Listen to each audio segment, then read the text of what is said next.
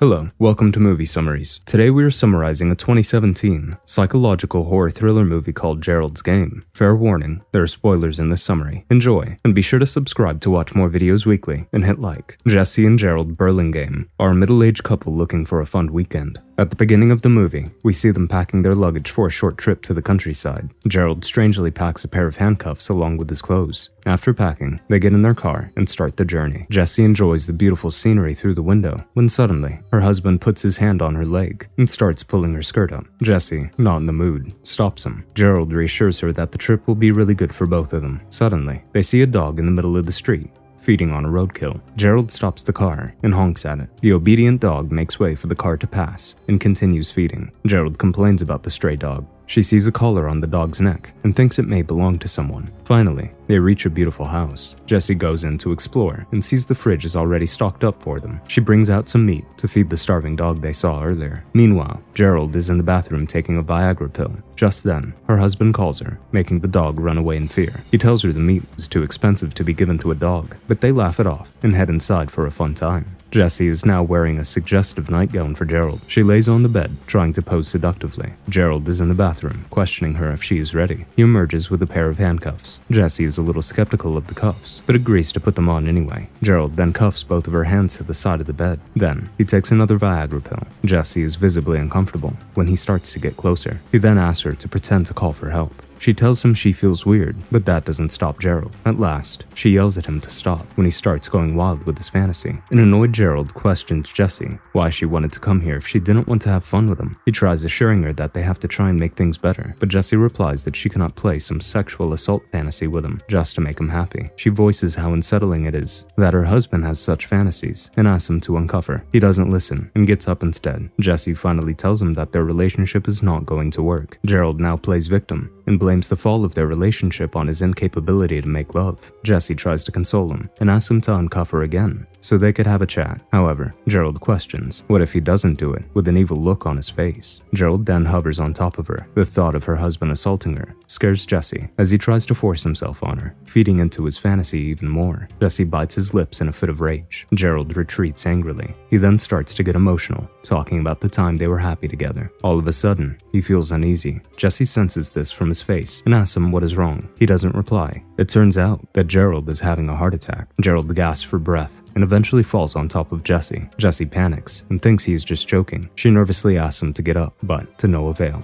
She is still handcuffed, so she pushes his body with her legs to get a better look at him. His body slides down the bed to the floor. His head hits the floor and starts bleeding. With no way out, Jessie cries for help, but since the house is secluded, no one hears her. It is now late in the evening. Jessie is still handcuffed and frightened. She's tried everything she can to help herself, but to no use. Suddenly, she hears footsteps approaching her room. With the hope of getting help, she calls the person, but it turns out to be the dog she fed earlier. The dog slowly comes forward and sniffs Gerald's dead body. Jessie realizes that the dog is hungry and wants to feed on Gerald's body. She quickly yells at the dog to back off. However, the starving dog doesn't listen and takes a bite off Gerald's arm. Jessie is horrified to see a piece of her husband's flesh in the dog's mouth. Then, all of a sudden, Gerald gets up and starts talking. Jessie is beyond relieved and asks him to uncuff her quickly. Gerald, however, looks at his wound and blames Jessie for feeding the dog earlier. As he speaks, Jessie notices the dead body still is laying down. She freezes in shock and realizing that the man talking to her is just her hallucination. The sudden death of her husband and being stuck with his corpse starts getting to her head. Gerald continues to blabber in front of Jessie while his dead body still lies on the floor. Jessie looks like she is about to have a mental breakdown. Now, Gerald is trying to put some sense into her and suggests that she has already wasted a lot of time. She always tends to let things fall apart and not do anything about it. He asks her to focus and take some action right away, as there is no one coming to help her anytime soon. Jessie tries to pull her hand out from the cuffs slowly. She is in a lot of pain, but finally frees one of her hands and breaks off the bar she was tied to. Although relieved, she stands up with confidence and looks back, only to see herself lying on the bed, still cuffed.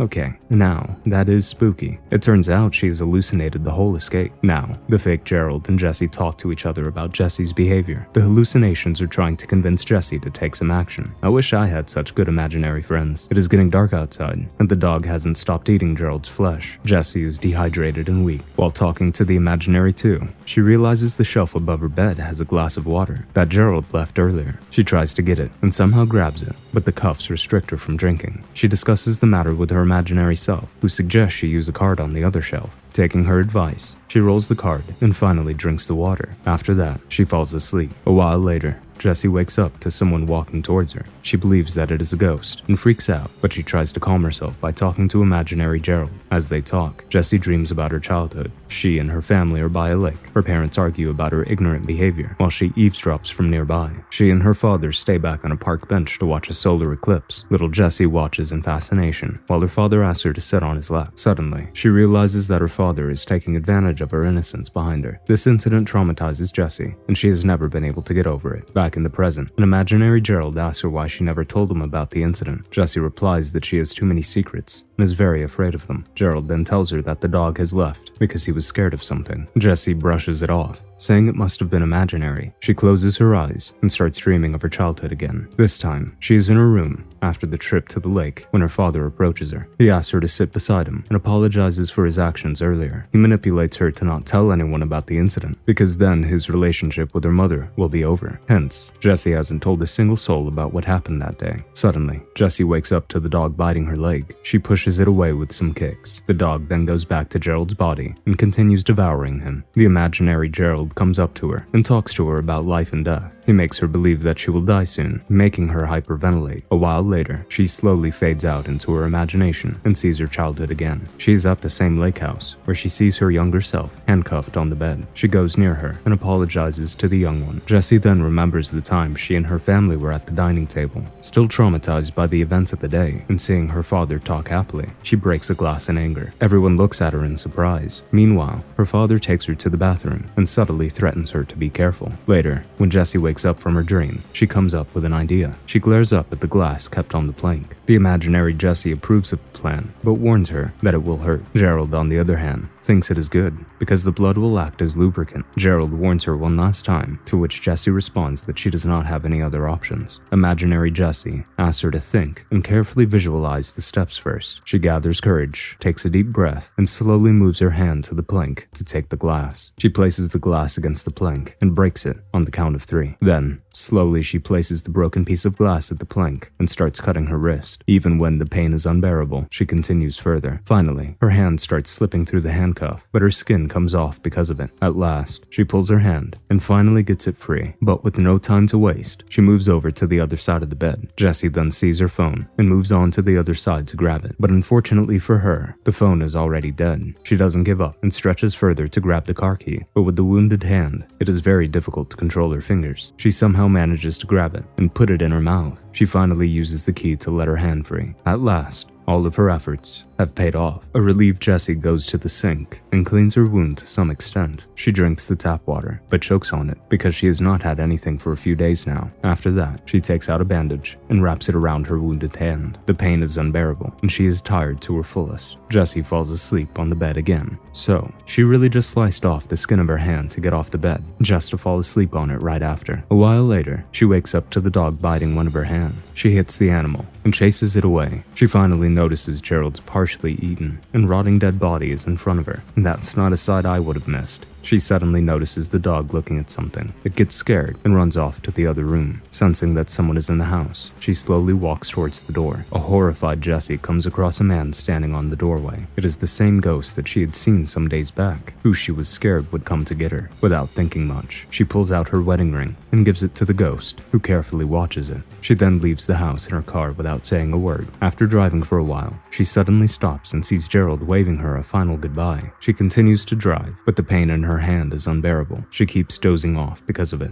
and eventually crashes into a nearby tree. The crash makes a banging noise, which is heard by the people from a house nearby. The lights turn on, giving Jessie hope for survival. She has blood dripping down her face, and her head is busted open, but she is still conscious and alive. She honks the car horn to alert the people of her presence. She finally sees someone approaching the car with the torchlight. In the following scene, we see Jessie in her office. She shakingly brings out a pen. Her hand still has a glove and has not recovered, and she writes with her wounded hand. The doctors have confirmed that Gerald's death was due to a heart attack. She has gotten her insurance money, and her life is back on track. Things have gone back to normal for her. However, every night before bed, She goes back to the time where she was trapped and gets disturbed with the same question. Where did her wedding ring go? Did she really hand it to a ghost who she thought was her death? The question that even the cops or reporters at the scene failed to answer. With the insurance money, Jessie has started a foundation to help young people recover from their traumas, and she always visits the lake house story every time she gets a chance. Jessie narrates that during the days, she seems fine, but the nights are too long for her. 6 months after the incident, she sees a man named Raymond Joubert on the front page of the newspaper. He is a serial killer who cuts off corpses and strips their pieces of jewelry. Talk about disturbing professions. There were many cases where dead bodies were found without their body parts mutilated in the cemetery, and Joubert was behind all those. He suffers from a rare disease called acromegaly. Acromegaly is a disease that results in the enlargement of various body parts. When police made it to Joubert's only known address, they found bodies of his sister and her husband, who he called his mommy and daddy. Joubert had killed and skinned both of them. He had also cut off their body parts and kept them in over 50 containers. Most disturbingly, he had eaten some of Daddy's flesh. That night, the ghost who Jessie had encountered was Joubert himself. He had a chance to kill her, but he didn't. Jessie finally has all her answers. Jessie is now at the court, where Joubert's hearing is going on. The reporter reads that the criminal has not spoken a single word after his arrest, but when Jessie goes inside and faces Joubert, he stares at her in amazement and says she is not real. Both of them look at each other face to face. Jessie sees her father and her husband in him. She bravely says that he was much smaller than she remembers. Having faced all her fear, she walks outside with confidence. Hope you enjoyed our summary. Make sure to like, subscribe, comment, and turn on notifications so you can watch more videos weekly. Thanks.